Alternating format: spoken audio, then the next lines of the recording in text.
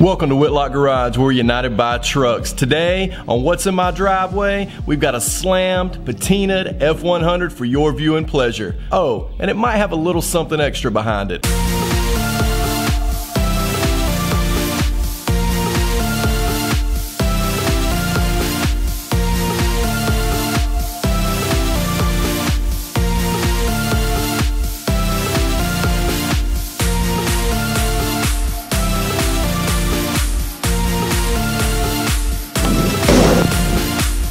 Alright guys, so you may remember Rusty Smith brought over his 1970 Chevrolet short bed C10 not too long ago. Well, today he's brought over something of a little bit different variety, a 65 F100 short bed, slammed, logoed and lettered up with something really cool behind it. If you'll recall from that 70 C10 video, Rusty is really into motorcycles. So he's got a little something extra with him today, and we're gonna bring it to you right here on What's in My Driveway. Y'all check this thing out.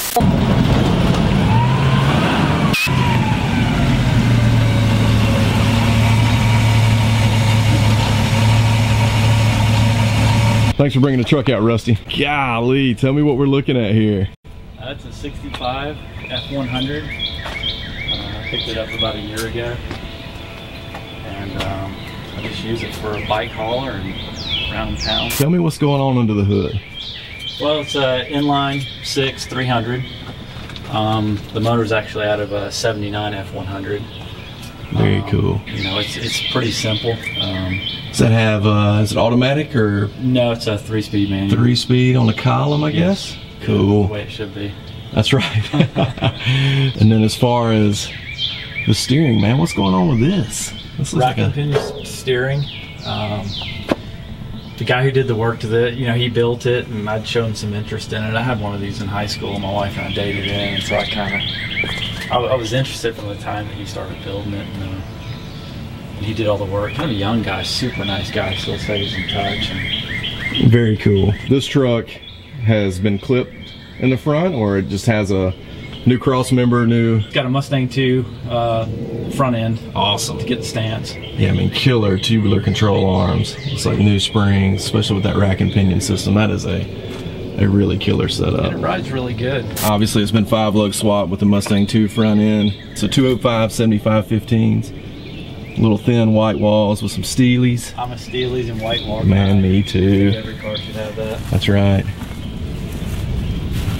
So in the rear, what's the suspension setup going on back here? It's flipped. There's a notch. Yeah, see, notch the frame. So the cool thing about this, you can kind of see down in here. So yeah, you can see that the axle's been flipped. There's some nice shiny U-bolts in there. He had some helper springs on it when I got it, some hair springs. Uh-huh. And I put some stiffer coilovers in there, and I don't have any like clearance issues or anything. Notched out a little more out of the bed rails. That's cool. Yeah, I mean, this thing clearly has an unbelievable stance.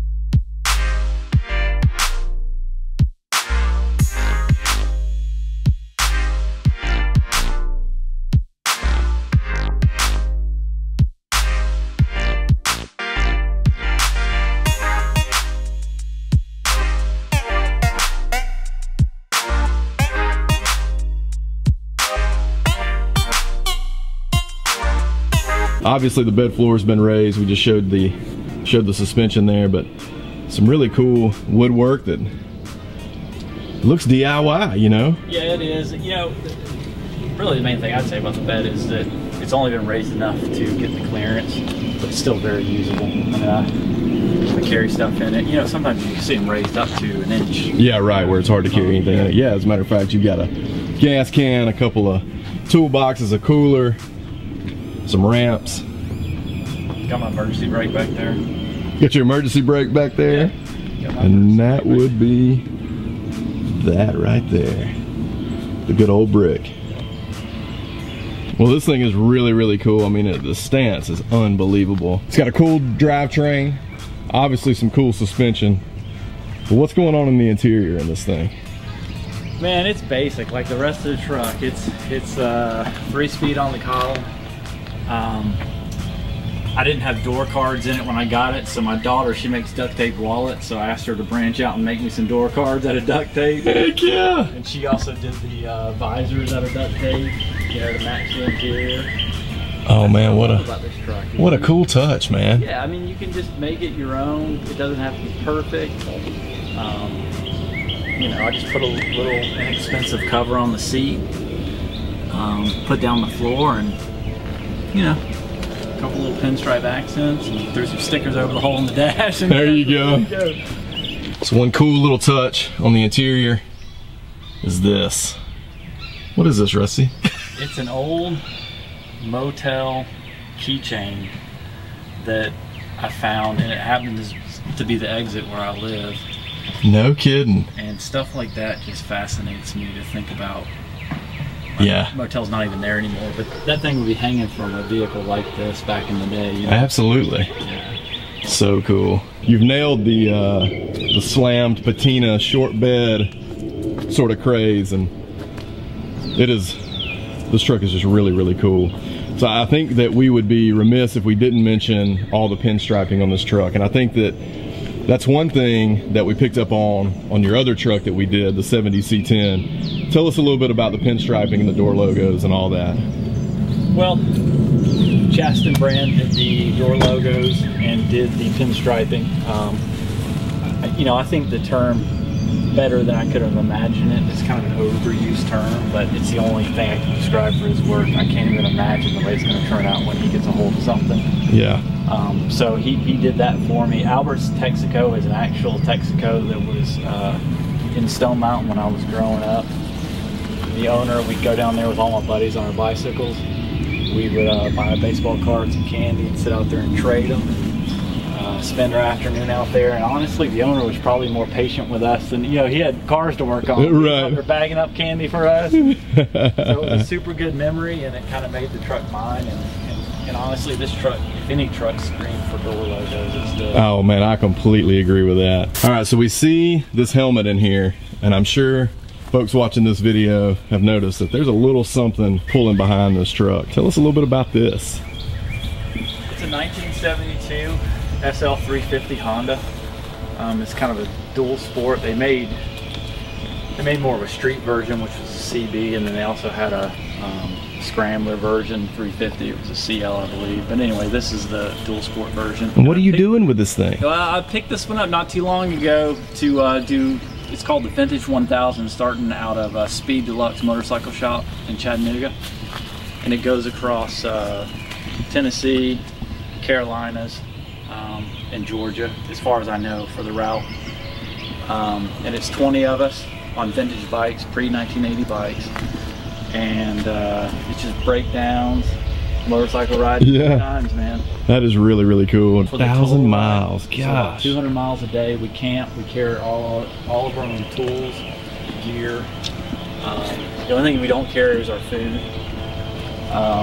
And like I said, the breakdowns to me are probably what create the good stories. Yeah, absolutely. And I'm just super stoked to be doing it. That's cool. And when is that again? It's in August. In August. So have you been doing any sort of prep to get ready for that? I've seen you on Instagram racing lately. Chaston, he called the MX 5000 on his property down in Middle Georgia. And I drove this truck down there, hit 75 and cruised it down there all loaded up. Went down there and did the MX 5000 race, which was over the weekend a couple weeks ago. Yeah. And it was vintage motocross, flat track. That is so cool. Motocross and woods courses. We raced it like it was, like it was a brand new bike, and it did really well. That's cool. All right, so not only is it cool that you have this slammed patina F100, you have this awesome bike on the back, but what it's sitting on is just equally as cool.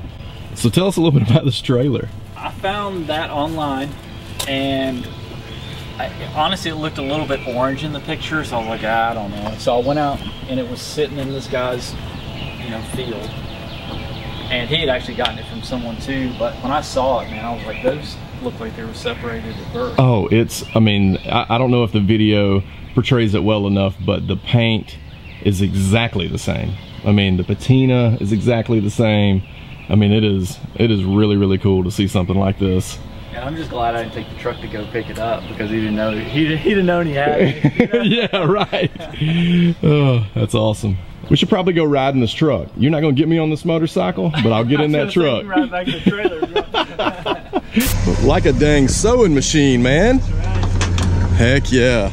No cam in this one. And I gotta point this out. I mean, I know a lot of you guys have ridden in low trucks. I've ridden in low trucks, but that's my ankle. I mean, it's literally the heel of my foot off the ground. Yeah, and I'm telling you, man, I ripped this thing on 75. Yeah, and this thing is static. That's what's so cool about it. Yeah, I had people come up to me at that race, and they're like, you know, you got that thing slammed down. It doesn't look like raised up. And I was like, I don't know. This is not, yeah, there is no way to do that.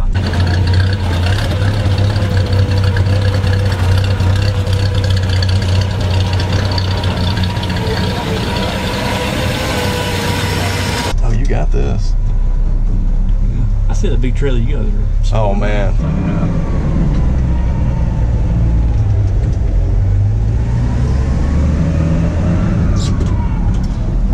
Gosh, this thing rides good. Yeah, it's part of it too is having, to me, for me, the right wheels. I mean, I have tires. Yeah, absolutely. The 15s are, and more rubber are certainly going to help. I've done the lower profile stuff, and I like the looks of them, but when I changed them off that Bel Air I have, I would never go back. Yeah, the ride was so good. Yeah.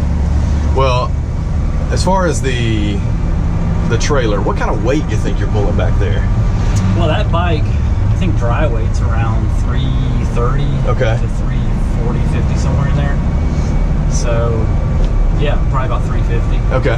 And then the trailer's another couple of hundred, I guess. Yeah, and I had another dirt bike on there that I took down to that race. It was an XR100 for the mini class, and so that's another 150. I don't even know what it weighs. Yeah. 200 pounds, but yeah, I mean, it pulls no problem. Well, yeah, that's a cool thing, and I know this from obviously on the GM side of things, but the 250, 292 cubic inch straight sixes were torque monsters, especially with the right gearing. That car just ran a three-way stop sign. Yeah, I'm glad I wasn't pulling Yeah, out. me too. Because they were hauling. Yeah, that would have been awful. But I can imagine that the 300 cubic inch Ford straight six has some pretty good torque too. And everything I've read about those inline 300s, they're pretty indestructible. Yeah, yeah. Just good motors. If this is not a truck that would make you appreciate a Ford, I mean, there just isn't one out there for you to appreciate. I mean, this is... Yeah, I mean, I guess it depends on your style as far as stance and stuff. Yeah. And even patina, you know, some guys may not be into that, but, you know, this one is just a fun car. I mean, yeah. it's probably been the most fun car I've owned.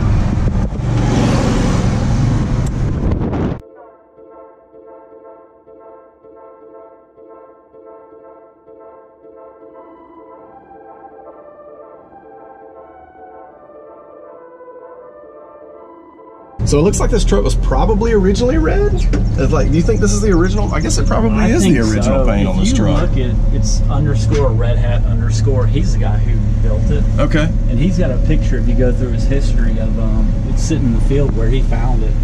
Okay, I'm gonna have to go look that up. What was that Instagram name again? It's underscore red hat underscore. Okay. And I'm telling you, he's a kid to me. He's a young guy. Yeah. And he is the nicest kid, and he's just really good at this stuff. Yeah. You know, and he's been super helpful to me. He told me when I bought it, call me. He goes, this kind of got a mismatch of parts and stuff, so don't be afraid to call me. You know, if you need something. And I wouldn't call, you know, because I don't want to be that guy who buys something and now I'm calling him about it, you know. Exactly. But I called him a year in about electrical issue. That dude showed up. He's like, where you at? And I was like, at my house. He goes, I'm working around the corner. So him and his buddies showed up. It was almost embarrassing how quickly they identified the problem. That's exactly how that works. That hood wasn't even halfway up, and he's like, oh, right there. Yeah. I was like, well, mad props to Red Hat, underscore Red Hat underscore on Instagram. Yeah, and what's funny is that I saw this truck as it was being built. I travel the road that fella lives on, so I saw this truck sitting out there quite often, and yeah, I mean, you could just tell it was a really, really cool truck. He works on some nice stuff. Yeah, and I think he's into bugs. And he built a really nice Porsche. Alright guys, so thanks for tuning in to today's episode of What's in My Driveway. Special thanks to Rusty Smith for bringing his super cool 65 F100 over and bringing his motorcycle along and trailer with it too. We think that was a really neat touch and something that we haven't shown yet on What's in My Driveway. So special thanks to Rusty for doing that. I'd be remiss if I didn't mention United by Trucks gear, UBT gear. You can go to the website unitedbytrucks.com, pick up some decals, hoodies, t-shirts, sweatshirts, all kinds of shirts. So just check out unitedbytrucks.com. We'd appreciate that. That helps support what we're doing here at Whitlock Garage, and it means the world to us. If you haven't subscribed to the channel, please consider doing so. Like this video by smashing that thumbs up button below the screen there, and definitely leave us a comment letting us know what you think about Rusty's 65 F100. We think it's a super cool truck. We appreciate him bringing it over, and we'll catch you next time on Whitlock Garage. Cue the music.